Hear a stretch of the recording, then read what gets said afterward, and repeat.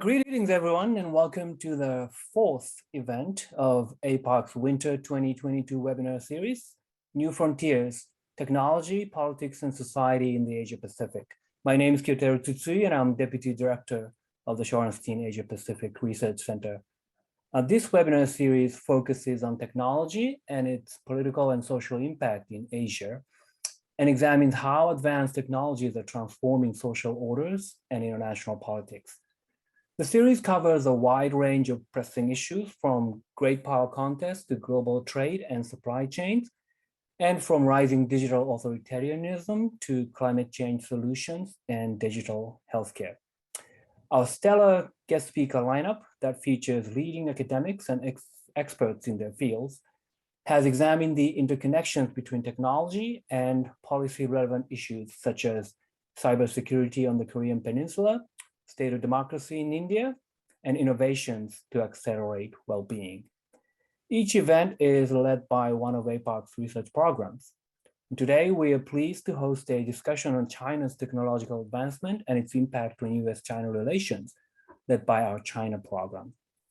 So without any further ado, let me turn the virtual floor over to Professor Ji Noi, the William Haas Professor on Chinese Politics in the Department of Political Science, Senior Fellow at FSI, and Director of the China Program. She will moderate the discussion. Please take it away, Jane. Thank you, Kyo. This series, I think, was really tailor-made for the topic that we have, we're going to discuss today: China, technology, international relations, impact globally.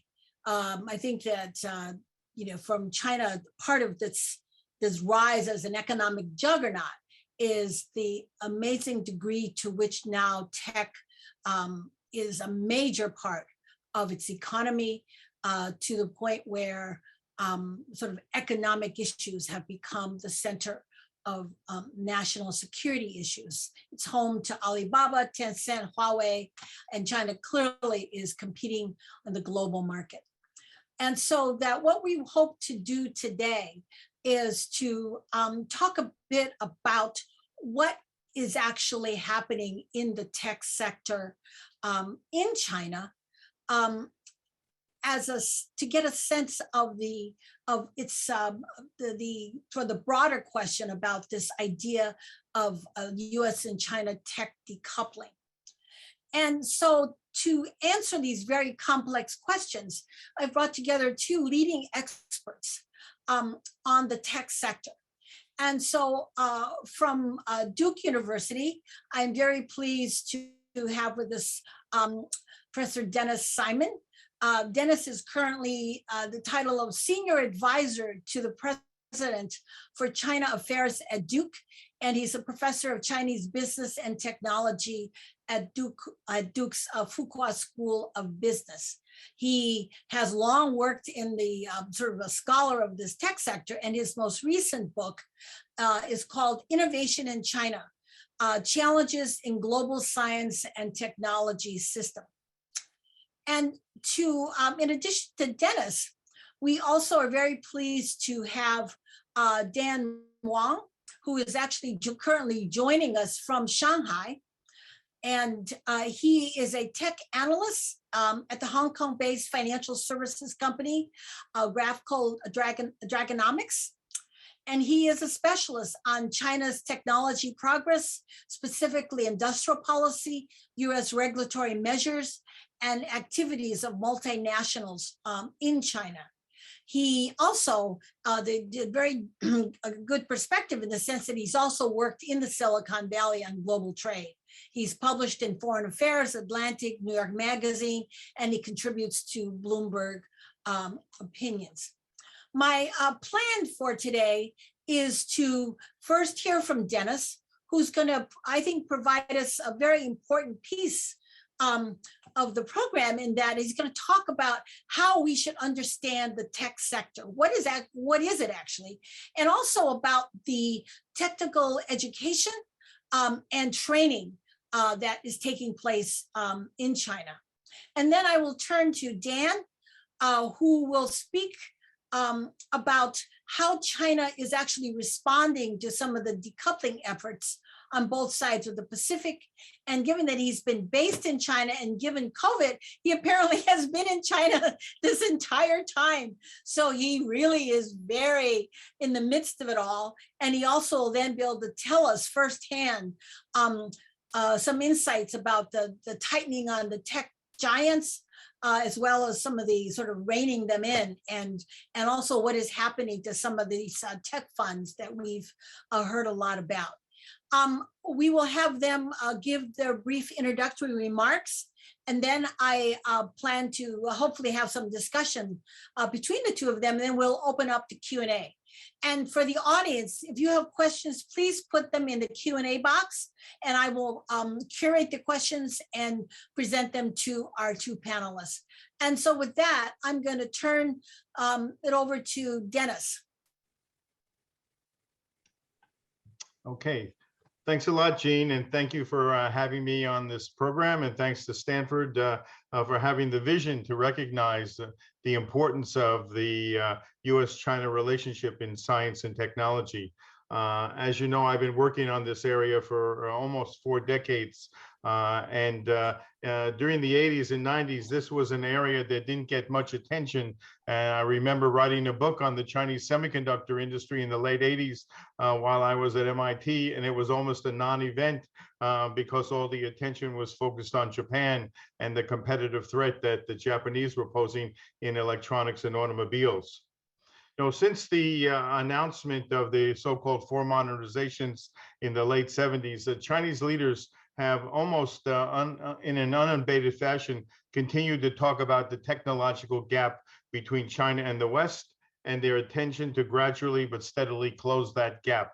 And China's plans have been not a secret. They've been very public about their intention, and nor have they been part of some kind of a global conspiracy to undermine the West. Rather, I think Chinese strategies and plans have become increasingly the product of their new understanding, I would say, of international competition, of industrial strategy, and of technological innovation.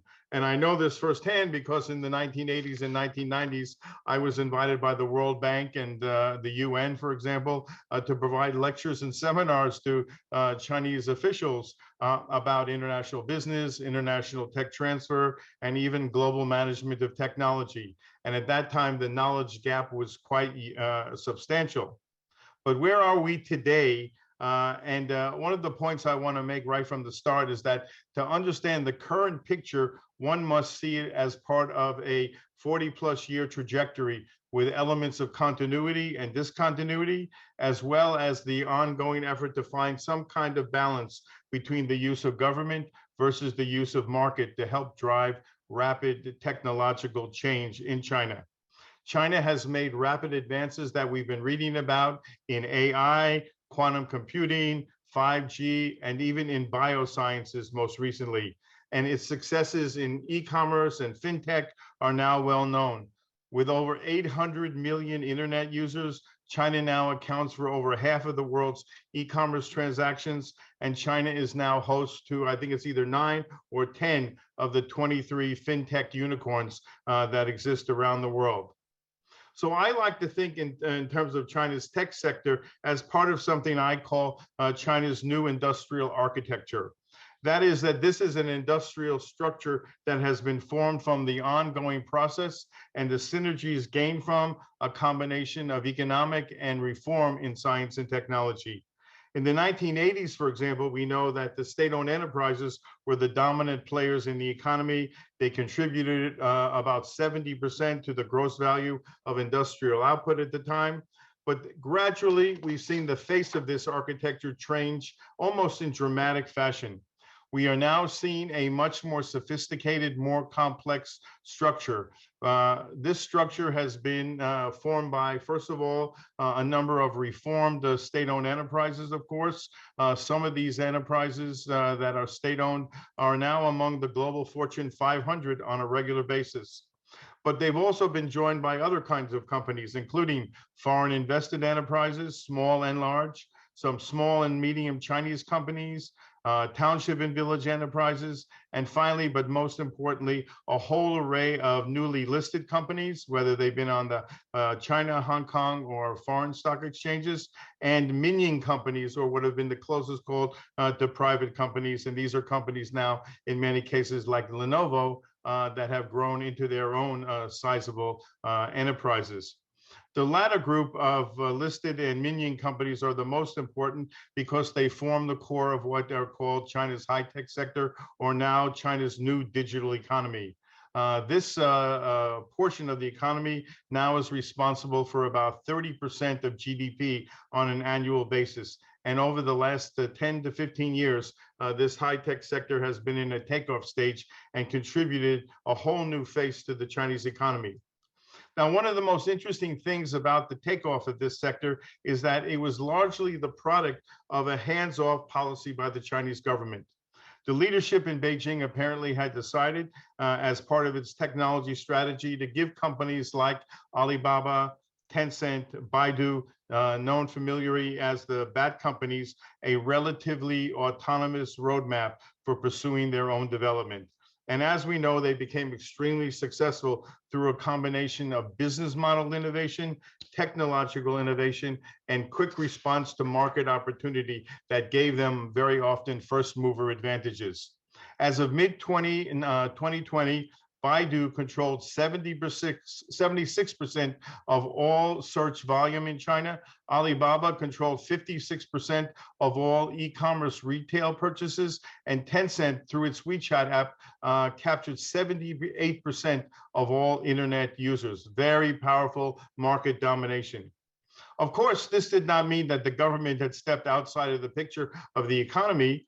The 15-year medium to long-term plan for science and technology launched in 2006, the Strategic Emerging Industries Policies, Made in China 2025, and the July 2017 AI Development Plan are just a few examples to remind us that the state was never truly gone from the picture. However, in the case of the e-commerce explosion that occurred, the state stepped back a bit and did allow an appreciable degree of autonomy to this new vanguard of technological entrepreneurs led by Jack Ma, Pony Ma, and several others. They were joined by a new group of professional type CEOs from other non-state-owned enterprises, such as Huawei's Ren Zhengfei, ZTE's Li Zixue, Hire's Jiang Ruimin, and Lenovo's Yang Yuanqing and Liu Chuanzhe. Even though these companies had many non-traditional features, their exact relationship with the government, as we all know, has been open to some debate. More recently, there has been a crackdown, sometimes referred to as Operation Cybersword, on these types of technological firms because, as one analyst says, they got too big for their britches.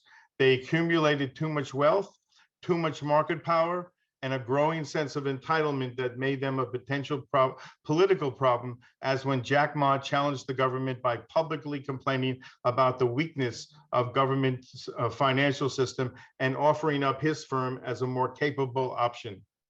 The talk of the town in this new digital economy right now is something called the little giants. This phenomena, which actually is a 10-year-old concept, has been given new momentum as the government has changed its tune now almost 180 degrees.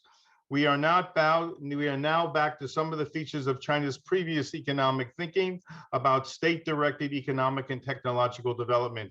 According to some recent data from MIIT, 4,762 startup firms have been funded by the government with the aim of increasing this new high technology vanguard so that it becomes somewhere near 10,000 by 2025. President Xi Jinping clearly launched the crackdown on the existing tech sector for a variety of economic, political, and ideological reasons. And he sees these new little giants as helping China become more capable of meeting its own technological needs in key areas such as semiconductors, AI, robotics, autonomous vehicles, etc. The key thing about these little giants is that they are state-directed. Most of the initial monies come from the state, and they are aimed, the monies are aimed at supporting firms that are in alignment with government priorities and goals. The good news for them is that lots of VC money seems to be going in their direction because investors currently see these companies as less risky because of explicit government support. In 2010, Tom Friedman wrote an op-ed in the New York Times comparing two existing Chinas. One he called Command China and the other he called Network China. Command China continues to possess a belief in the efficacy of a strong state-directed development model, sustaining a commitment to controls on the free flow of information and ensuring a certain level of ideological adherence to ensure everyone is marching to the same tune. Command China owes its roots to the legacy of the so-called Liangdan Yixing experience when China developed its 2 atomic weapons and 1 satellite through a Soviet-style big push. Network China, on the other hand, is said to represent the forces that have been assembled along China's main coasts in cities like Shanghai and Shenzhen, as well as in Beijing, where full articulation with the global economy was a necessity and the free flow of information and data was imperative, and also where the market was king. Network China, however, was quite freewheeling, and while it looked like the successes of the bat companies were going to carry the day in helping to reshape the face of the economy, the US-China trade war and the associated technological frictions with the United States, plus a host of internal domestic pressures about income inequality, wealth concentration, etc., once again brought the state right back into the picture. The little giants may look like core elements of Network China, but they are much more a reflection of Command China as they presently exist. Of course, ultimately, to be successful, they will have to withstand the test of international market competition, and the outcome is yet to be determined.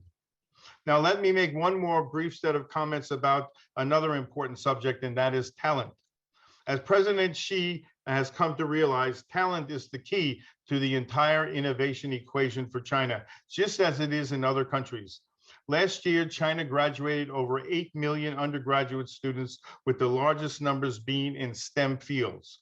In fact, China now graduates twice as many STEM students as the United States does, and in fact, it also produces more STEM PhDs, 34,000 versus the US 26,000, which is projected to grow to now 77,000 with only 40,000 in the United States. Of course, numbers don't tell the full story because not every STEM graduate in China or even in the US turns out to be a dynamic tech entrepreneur or a Nobel Prize winning chemist. Nonetheless, whether we believe it or not, we seem to be on the verge of a talent war with China, and the US seems to be doing everything it can to lose that war through a combination of bad immigration policy and initiatives such as the China Initiative. This past week, China's Ministry of Education and the Ministry of Finance issued a follow-up plan to China's Education 2035 plan. The 2035 plan was intended to catapult Chinese universities into world-class status. The new adjunct to that plan listed now 147 universities and more than 300 disciplines from STEM to social sciences that are now targeted to become first class.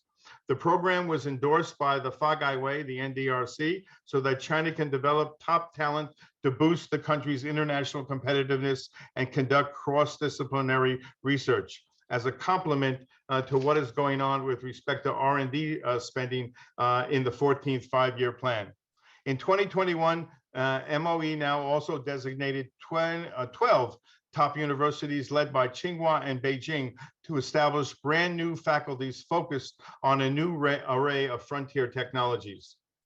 While we know the best laid plans of mice and men can go astray, the thing we see about China these days is that the leaders in business, government, and academia who are crafting these new policies and implementing these new regulations are much more cosmopolitan, have more global experience, and have greater mastery over their technological domains.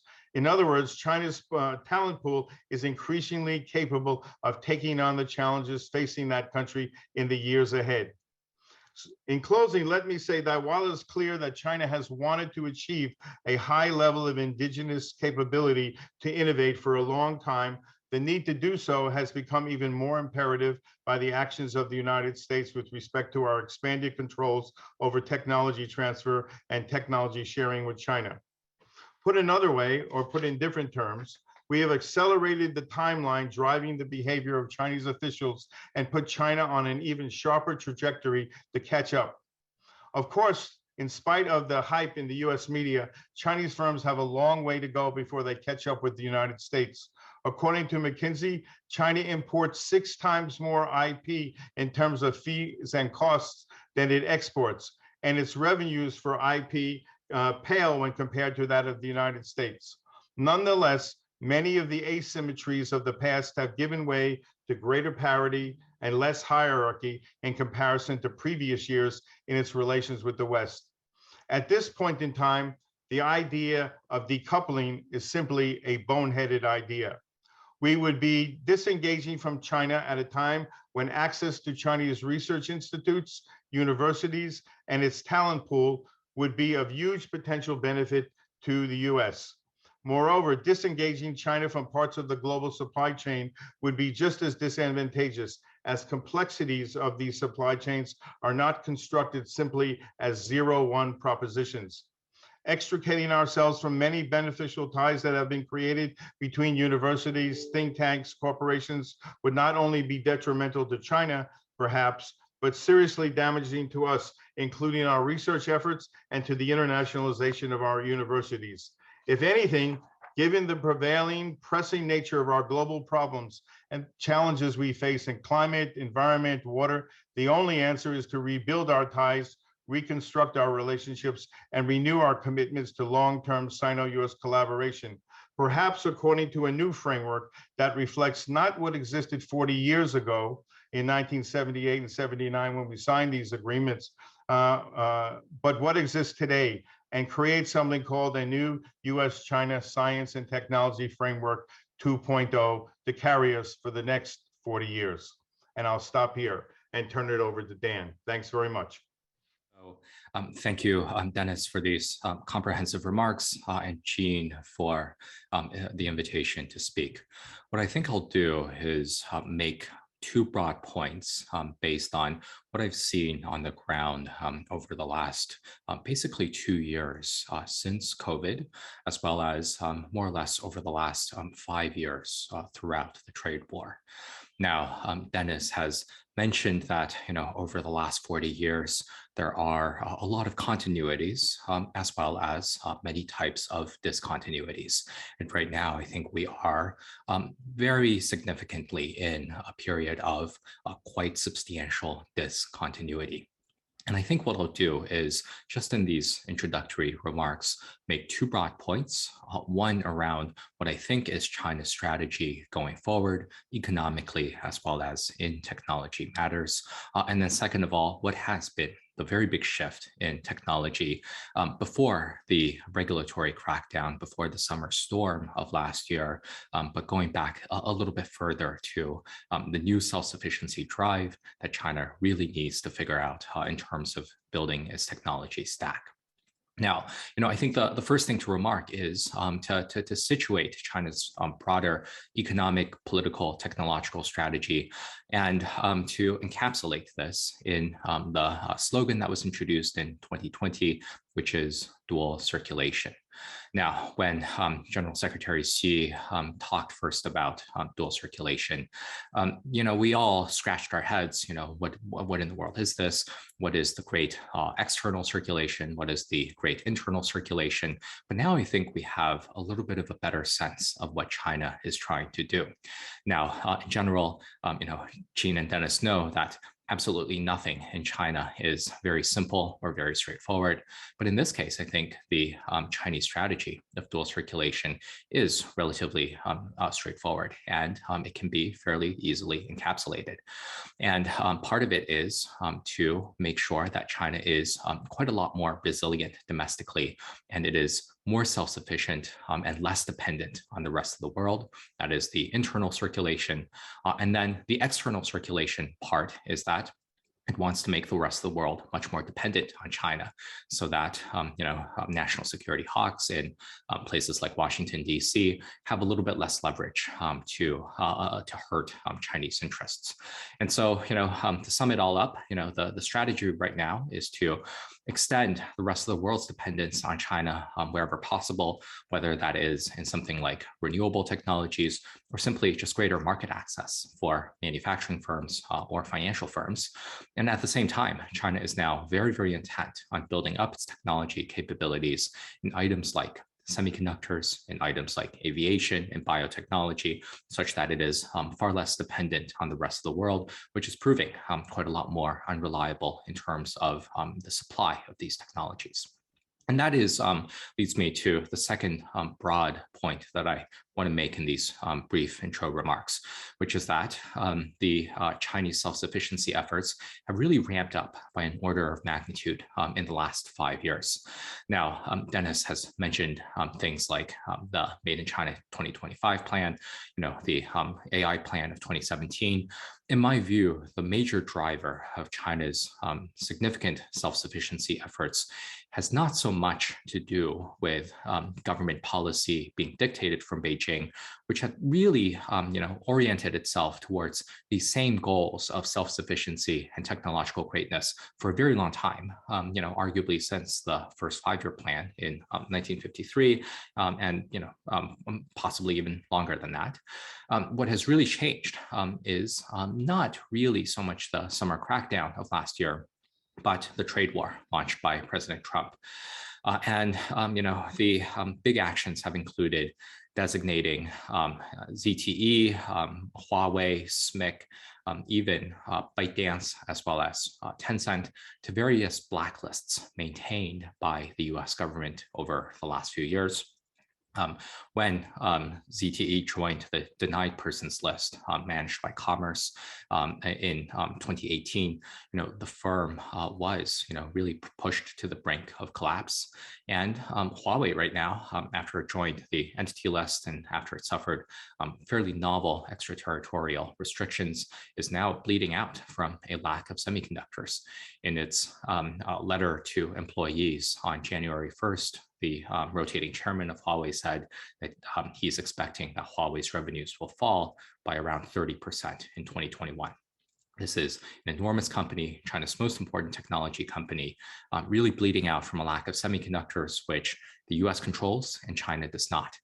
And given that almost every major Chinese firm has been designated to some often obscure blacklist maintained by the Department of Commerce or the Department of Treasury, there is now much more of a drive by the Chinese entrepreneurial firms to build up technology capabilities. And I think what the US government has done is really aligned to the interests of China's leading entrepreneurial firms like Huawei and ByteDance and Tencent, really with Beijing's interests to promote self-sufficiency as well as technological greatness.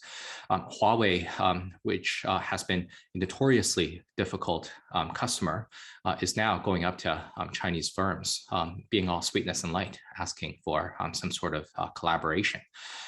Previously, Huawei would never buy obviously inferior Chinese technologies when it could buy the best on the market, which was American, usually American forms of semiconductors.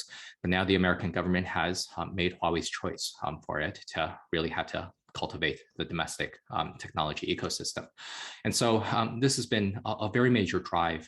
Beijing has always had this tendency, but now a lot of China's most dynamic, most entrepreneurial, most hard-charging firms are now quite a bit more aligned with the government's goals. And I think that is a broad factor that I think will be a pretty critical one for success over the longer run. And so, we can get into the tech crackdown, the regulatory campaign, the ideological drivers, all of these. But I think that is still a bit of the second story and still a fast-moving story relative to the major goal that that China now has for self-sufficiency, and that was motivated much more by the trade war. And that is going to be a longer-term story about how we build up, about how we think about how China builds up the capabilities in semiconductors, capabilities in aviation, capabilities in biotech in particular, and then how China is able to maneuver a lot of these things. And with those introductory remarks, Jean, I'll pass it back to you and have a conversation around everything that Dennis and I talked about. That's great. Thank you both. Those were wonderful introductory remarks. There's so much meat in there. Let me just start off, and I just can't help but ask Dan first. This question about I like your I think it's very perceptive, this analysis about the trade war, and your point about the tech companies and the most entrepreneurial companies really now much more closely aligned with the government. I want to then turn to Dennis to talk about this as well. But before I do, I wondered if you would just say a moment. So if that is the case, then how then should we understand what seems, at least from the outside, to be this crackdown on the tech sector? Is it that they're trying to steer them toward a different aspect of tech, away from things like entertainment and more toward the creation of strategic chips, or can you shed some light on that first? Sure thing. I think the regulatory campaign from the summer of 2021, which hit firms that included DD, which more or less decapitated the online tutoring sector, that hurt quite a wide array of firms. I think there are basically three broad and maybe equally weighted factors behind that. And I think the first factor is, has to do something to do with dual circulation, as the Chinese government understands dual circulation, which is to improve the resilience of the domestic economy. Now, there is this debate in the US and EU, how much are major tech platforms really blocking economic linkages in the economy. And Beijing has decided that, these platforms are blocking economic transactions, and we need to favor smaller and medium-sized enterprises instead. I think there is a second component here of exerting greater ideological control, greater political control over these tech companies. I think that has to be frankly acknowledged, that Beijing would really like quite a lot more control over these very big companies. There's no contradiction between technocratic concerns as well as an exertion of political control over pretty big tech companies. And then the third aspect that I'll point to is something about I think reorienting their priorities towards doing more science-based technologies like chips, maybe something more like artificial intelligence, such that a better platform for noodle delivery is making my life very pleasant in Shanghai, but this is not essential for national salvation. And so I think I see all of these mix of issues playing out here. Whether it works is a different story. Can software engineers who are currently working at, say, Tencent or ByteDance readily shift their focus to semiconductors? That's a different story. But I see Beijing's goal essentially as saying, we don't really like the growth of American industries over the last 20 years, which has really been focused on financialization on the one coast, Wall Street, as well as Silicon Valley on the other, to promote consumer internet businesses as well as software. Maybe it's better that the physics PhD is working on physics and not in a hedge fund. Mm-hmm. Also, I'd now like to sort of bring back Dennis and maybe because you brought up these little giants, Dennis, and talking about how money is being directed to them, and then of course you talked about this very important component, i.e., talent. These people. So the question then becomes, who is actually working in these little giants? And so particularly then bringing in Dan's point. So money is going there, but who's the talent? And are they like hiring away from the Alibabas and the Tencents? Like who are the innovators? Right. No, that's it's a great question. There was a debate in the social media about Huawei and whether Huawei, was headed for some, hard landing. And if so, should it release its technical labor force to go into the larger economy and find places in these startup companies, and therefore fortify the ranks of the talent among these young startup companies? Would that be would that be better for the economy than trying to salvage what's left of Huawei, given the decimation that took place as a result of the trade war and the US controls? So this is not a small issue. But again, let's go back to my point about China graduating 8+ million graduates every year. And not everyone is going to get a job in the government, whether it's provincial, municipal, or central government. And that the government, for the last 5 years at least, has been trying to introduce curriculum all around entrepreneurship. And entrepreneurship now has become a big thing in China, particularly under Li Keqiang. He has advocated quite strongly that entrepreneurship be part of the lessons that young Chinese get, because simply they're not going to be able to be absorbed by the state sector. So I think that we're starting to see, not only in Shenzhen and in Shanghai, of course, but in cities like Hangzhou, for example, which is now becoming a place where young people are starting to congregate, form new companies, and become the vanguard, perhaps, of this next generation of new tech entrepreneurs. So I think that that's part of this, and also this advanced training for the top end, as I mentioned. If you have world-class universities being formed, and if your engineering degree from Tsinghua is nearly as good as your engineering degree from a top 10 US university, then you have to worry about that next tier of schools. So after you get beyond China's top 5 or 10 universities, 10th ranked universities, you used to have a sharp fall off.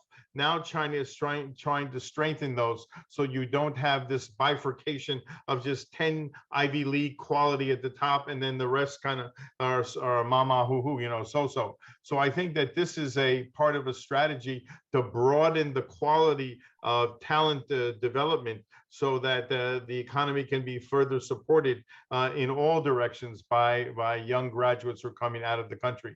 Finally, just one more point.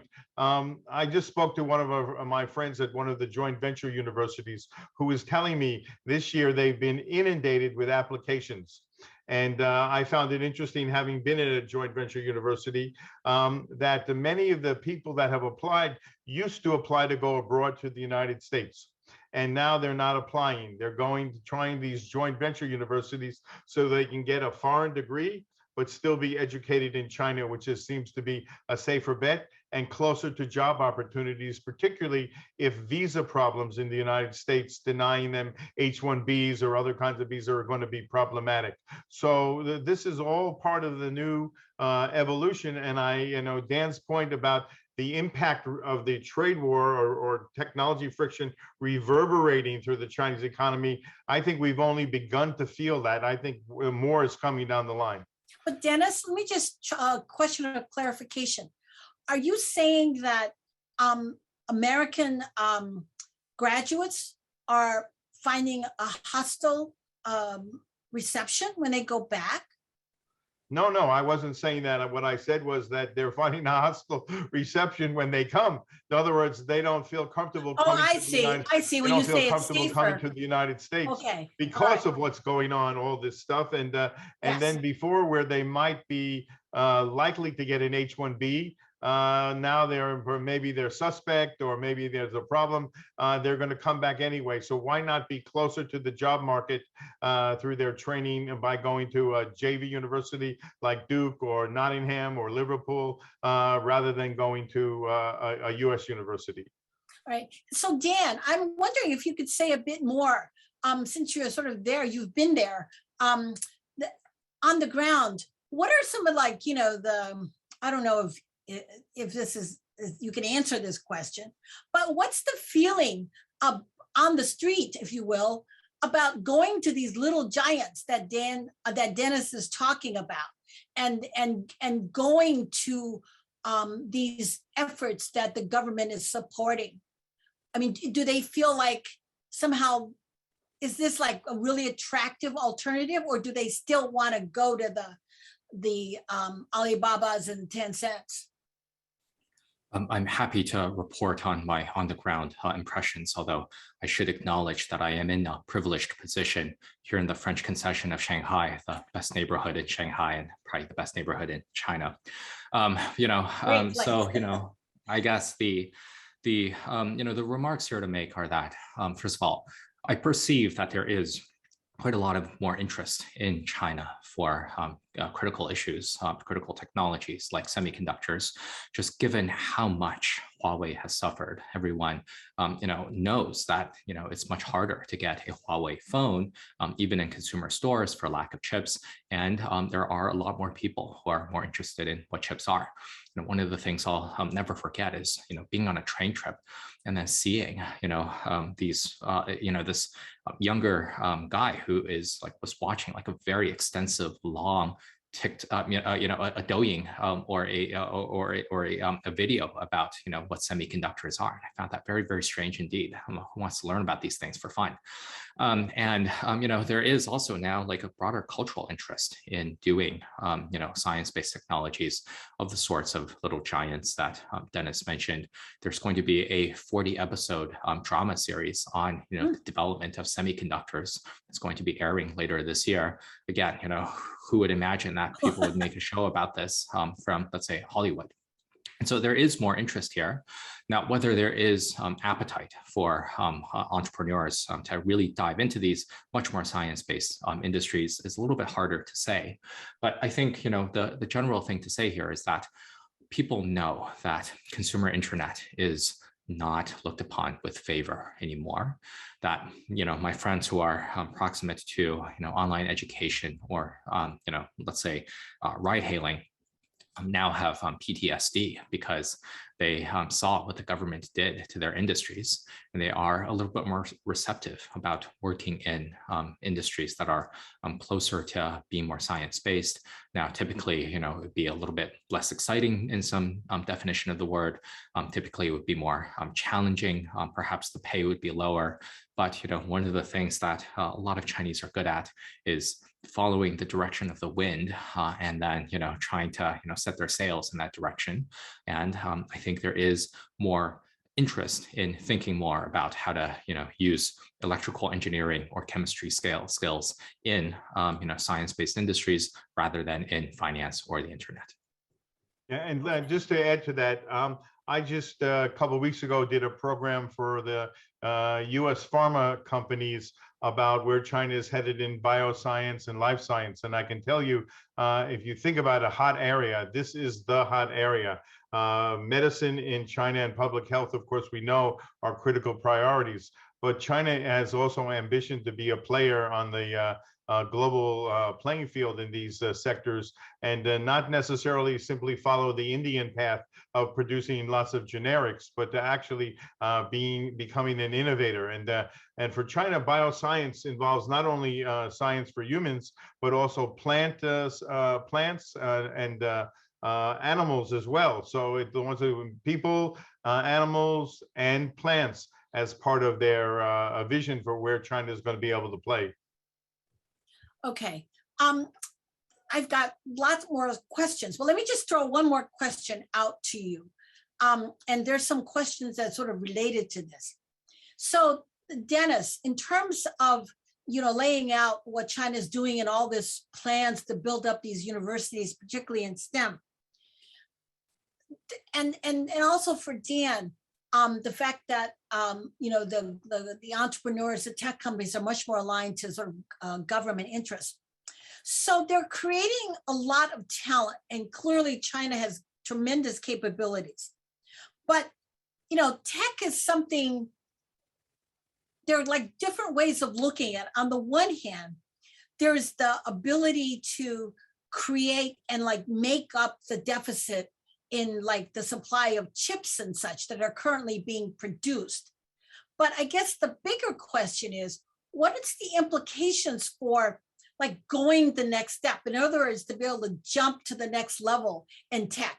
And that you need more than just basic, solid training. And that's I'm totally like on the outside. So I want to know from you guys, the experts, like what does it take to be able to make the leap that's going to put China in front? Well, let me give you make 2 points.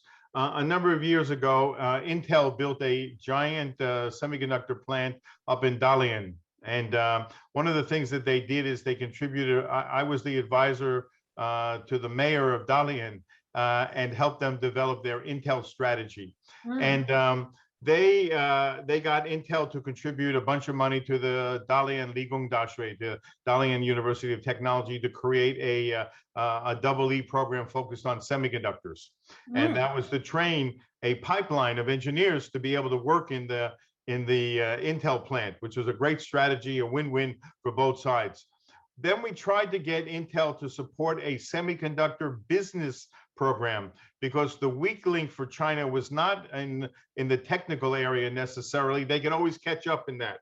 But people who really understand the dynamics of the business models that were present in the business cycles associated with the semiconductor industry, China has a dearth of people, or had a dearth of people for that. And I think that talks to one of the bigger points here. It's not simply tech or finance, that's kind of a little bit of a false dichotomy. You need people who understand the dynamics of competition in these industries, that are good project managers. And one of the things the US has as a core strength is a cadre of professional research managers that work in industries like biopharma, work in industries like microelectronics, and have been there for 25, 30 years and know how to manage the risks and returns on critical projects and know when to fund and when to remove funding, et cetera, et cetera. China does not have, except perhaps in the military, as many people who are part of that career track. And that's I think, one of the big weaknesses. I argued with the people in the Ministry of Science and Technology for a number of years that they should create in these universities programs that prepare R&D managers, and that the course of training for technology management, R&D management, all of that should be part and parcel of the preparation. I think that's an area where China needs to do better, and that's one of the shortcomings right now, because we're talking about extremely dynamic, fast-paced, accelerated shifts in technology now, and it's even moving faster every day. And somebody said to me, sometimes they think in China, they're riding a bicycle, trying to pedal faster to catch up with the rest of the world, while the rest of the world are riding in cars. And China is working really hard. It's not that it's not working really hard, but it's got to shift onto this next level in order to really catch up. And I think that we are at a point. I think there was a report that just came out of Beida that some of you may have seen, or at least seen for the 30 minutes it was on the screen and before it was pulled. But that report, painted a somewhat stark picture and said, look, we're moving, but we haven't caught up yet. And the notion that we've caught up is just simply not true. And commensurate with what Dan said, semiconductors one area, aero engines is another area where China has been unable to really make great progress. Of course, they've done some remarkable things in astronautics and space, and they've gone far beyond what I think a lot of people ever thought was going to be possible, and are on the way to doing even more. So you have a mixed bag here when we talk about China, as we all know with many things. Which China are we talking about? What sectors, what geographies, what people? We have to be a little bit clearer when we talk about these timelines and about these levels of capability.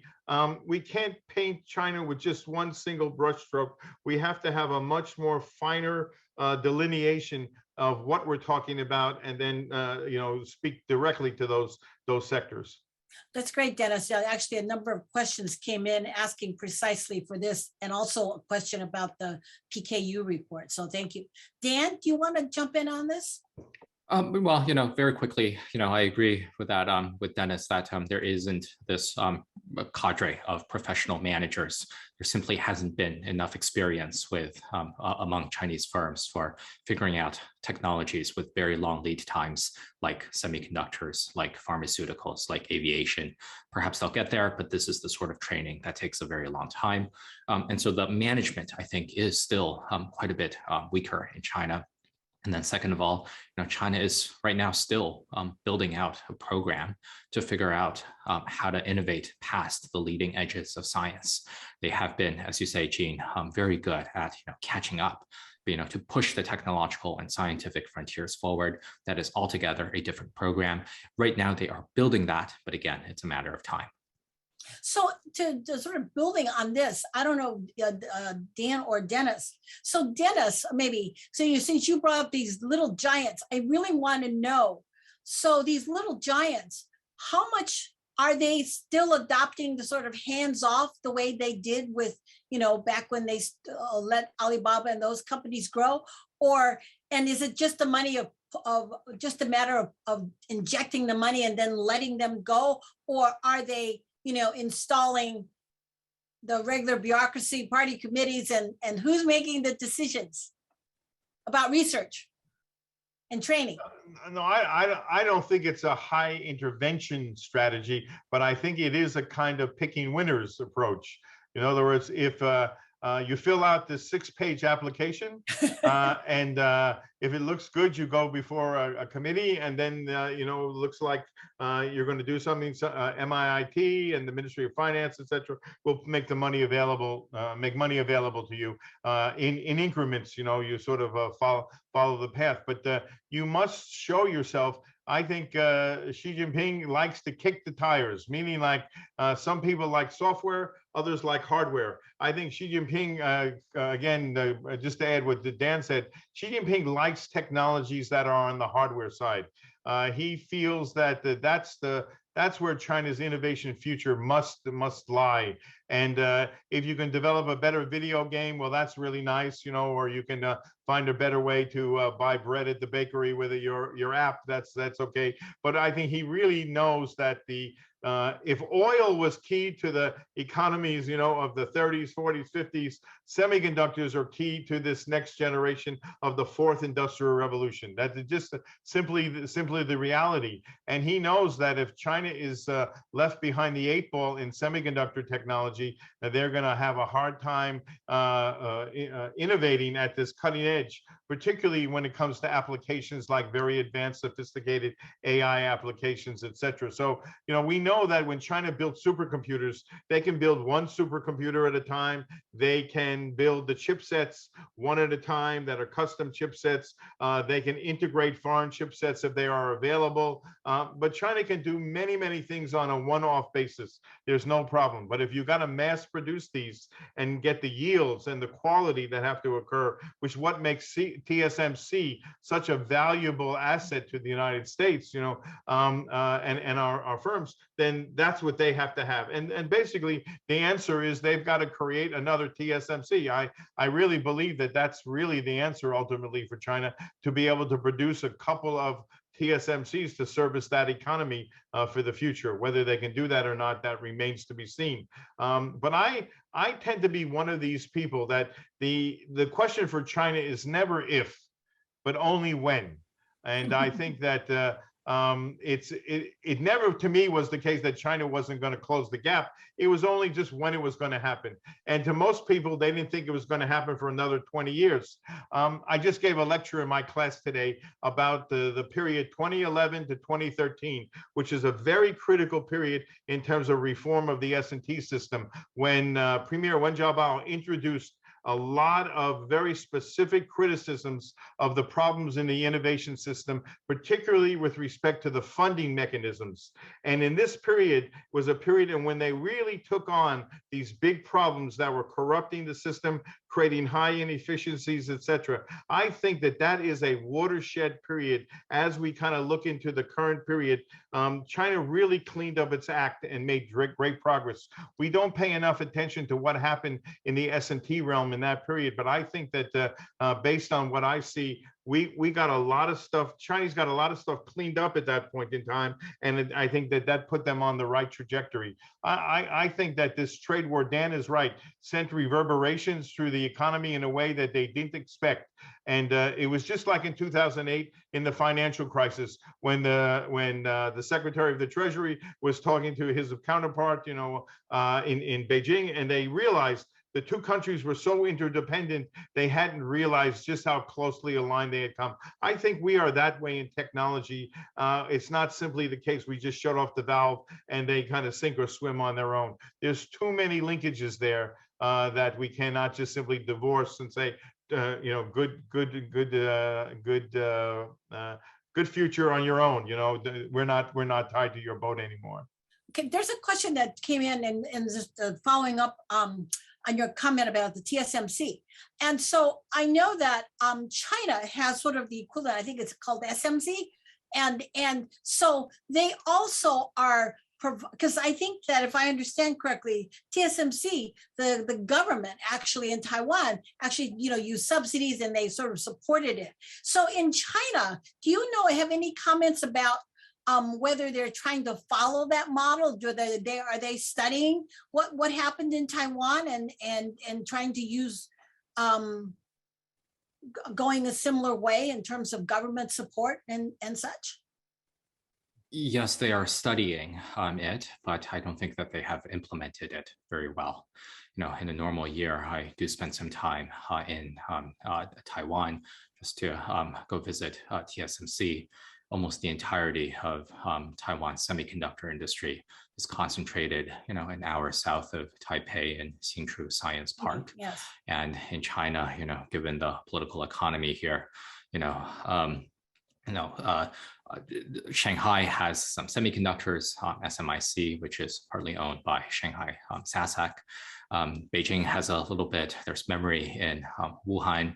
Shenzhen has some stuff as well. And so it is just very distributed by different regional localities, because that is just how things work over here. And so, China is pretty good at studying, but I think the reality on the ground is actually not always very good at, executing these wonderful plans. I'm just wondering, do they actually, because, one of the things that the Chinese model of development is that they send people to go study successful models. So do they actually send anybody, or have they sent people to Taiwan? I'm sure they have, as well as everywhere else. No, but there's a TSMC plant in China. In Nanjing. Yeah. In Nanjing, yeah. So I mean, it's not like they have to send spies into Taiwan, to figure out what's going on. Well, I wasn't talking about spies. I was just sending. But that's what I mean. I mean, to be really honest, my dissertation many moons ago, it was about the development of China's Hsinchu Park in the high-tech industry. I studied the beginnings of TSMC from United Microelectronics and the relationship between RCA and et cetera, and all of this, and you have to remember the United States and Taiwan were in a very friendly position during those years. And a lot of US semiconductor companies helped TSMC get jump-started by helping, giving them contracts and helping support them and lending their expertise. Everyone wanted to see TSMC succeed because they needed a TSMC. And so the dynamics of the industry at that point in time were very different than they are right now. And there is a big question, does the world want to have China become a player like Taiwan is in terms of having its TSMCs or several of them? Would that be a good thing? In other words, if you raised the question at the very beginning to both Dan and I about decoupling, what if in fact we push China to the edge, they find a way out of the jam, and then they begin to develop their industry on their own, fairly independent of the United States? What would the implications of that be in terms of the future? Do we really want to see that happen? And what I talked about was the acceleration of that process of China becoming not only more autonomous, but becoming autonomous as a whole, if that is at all possible in today's globalized world. It may be a necessity, and I think this is the dynamic that Xi Jinping is feeling. How far do they have to go, and how risky, how much danger are they really in at this point? it would be interesting to know what their true assessment is about the risk factors that lie ahead over the next 3 to 5 years for them, in terms of if they fail to really come out of this and develop their own sector. I think this is a real critical issue for him. Yes. Dan, do you want to have us say a final couple of words? Or we're like at time. There's just so much here. I guess we're at time. Yes, we are. But if you wanted to have a couple of words, go ahead. Go ahead, take a minute or so. Sure. Well, I think maybe the most important thing is to better understand what's really going on here, and what we encourage, since this is in more of an academic community that we're speaking to, what's most important now is to understand what's going on. There's a time of major discontinuities. Figure out what's going on in China's semiconductor industry and aviation and biotechnology. These are the most important things, and then to figure out, as try to do our best, as Dennis and I are trying to do, to grasp this very complex system, recognize the trends in favor and also against success, and then let's the most important thing always is to figure out what's going on, and then everything else follows from that. Well, as I said, you guys have been fabulous. This discussion, I wish we would have had like 3 more hours. So it's clear that we need to have another discussion. So Dan, I guess you're going to be there for a while. So we hope to hear from you again. And thank you very much, Dennis. And thank you for bringing all this, your work from way back when. I know I've been very familiar with it, but it's becoming more and more relevant by the day. So thank you both, and thank the audience. I'm sorry, there are some great questions, but I think that the answers that you both were giving, I think, addressed a number of them. So thank you very much. And I also just want to just flag a program for tomorrow. The China program is actually going to be talking about sort of related to this, is sort of these new creations. Professor Bai Chang'an from Tsinghua is going to be talking about special deals from special investors, the rise of state-connected private owners in China. So who knows, Dennis, maybe some of these are the little giants. We'll see. But thank you very much. And thank you again. Bye-bye.